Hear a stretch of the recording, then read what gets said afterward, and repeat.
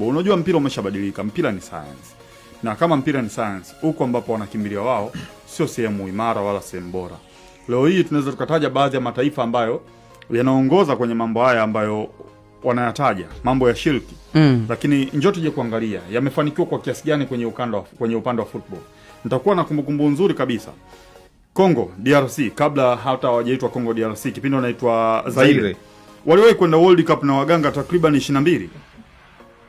Wameenda kwenye World Cup na waganga 22, walipigwa kama sikosei goli 9 sijui 8.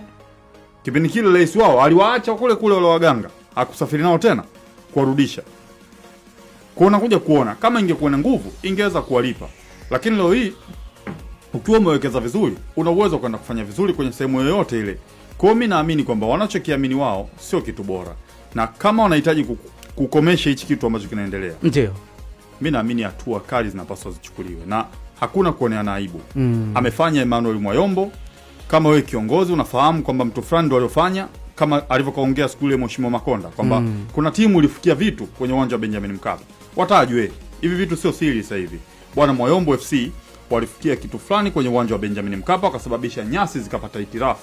Lualua FC walimwaga tindikali kwenye uwanja wa Benjamin Mkapa, nyasi zikafa.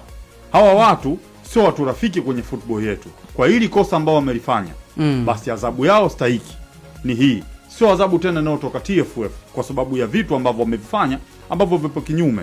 Kwa hiyo mimi naamini wakifanya hivyo wanaweza wakawa wamerekebisha hichi kitu kwa kiasi kikubwa, lakini kama wataendelea kuficha, wakifanya magoli kipa, wakifanya wachezaji wa ndani, watafungiwa, wataweka mtu amefungiwa mechi 5, faini milioni 3, timu inaona okay fine. Alichokifanya huyu mtu kilikuwa kina msaada kwetu.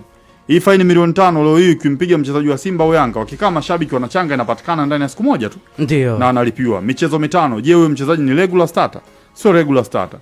Okay, huyu hata akikosekana michezo 5, haina sababu ya msingi ya siku wanayo kwenye hiyo michezo 5. Kwa hiyo mimi naamini zinahitajika adhabu kali ambazo zitawafanya wasiweze kurudia hivi vitu ambavyo wanavifanya. Haya.